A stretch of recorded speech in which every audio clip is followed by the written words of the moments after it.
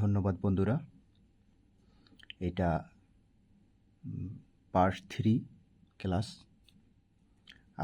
আপনাদের এবার দেখাবো যে হরিজন্টাল লাইন। হরিজন্টাল লাইনটা কেমন? ভার্টিক্যাল লাইন হলো এই যে আমরা সোজা লাইনটা দিয়েছিলাম, এই যে সোজা লাইন দিয়েছিলাম, এরকম সোজাভাবে লাইন দিয়েছিলাম। আর এটা হলো হরিজন্টাল লাইন। হরিজন্টাল লাইন কী হবে? এদিকে।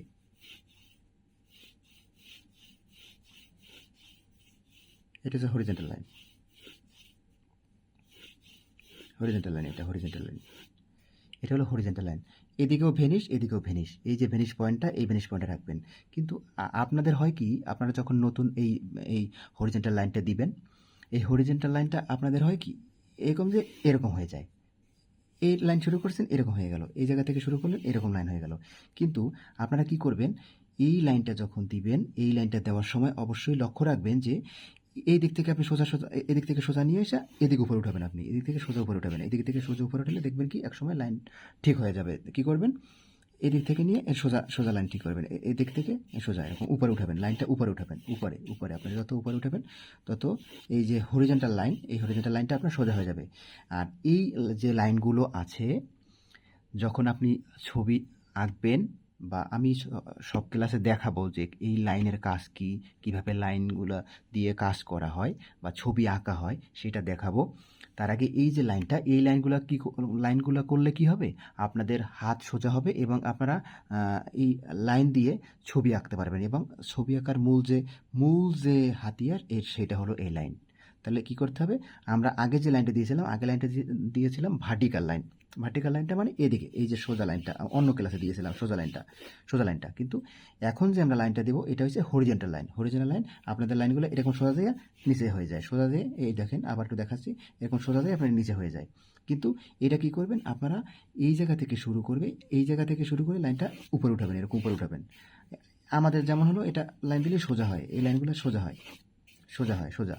কিন্তু আপনারা কি করবেন, আপনাদের প্রথম লাইন দিলে এটা সোজা হবে না। তাই কি করবেন, আপনারা এই লাইনগুলো এই জায়গা থেকে শুরু করে আপনারা উপরে উঠাবেন। তাই কি করবেন, আমি এরকম অনেক লাইন দিবেন, অনেক লাইন।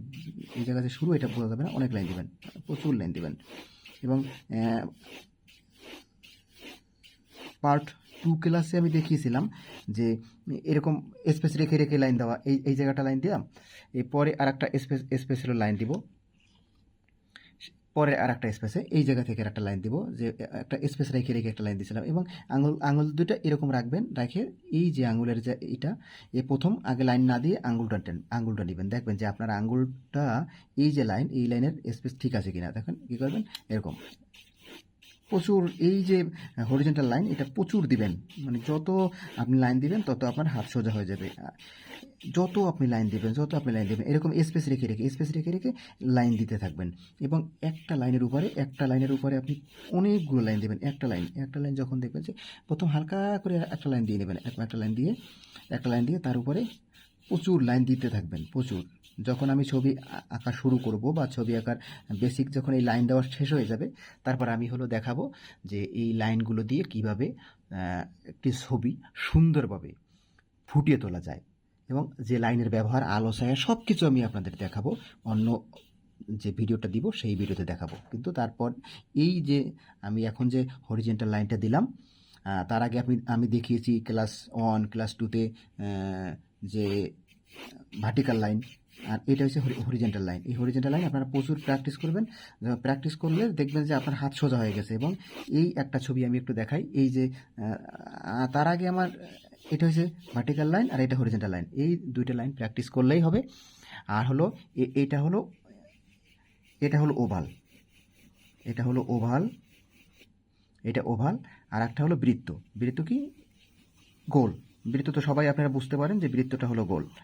এই দুইটা এর পরের ক্লাসে আমি দেখাবো যে কিভাবে এই দুইটা করতে হয় এবং কিভাবে এই যে লাইন দেওয়া হয়েছে, যে vertical line, horizontal line, oval, বৃত্ত, এইগুলো দিয়ে কিভাবে খুব সহজে, খুব কম সময়ের মধ্যে ছবি অঙ্কন করা যায়।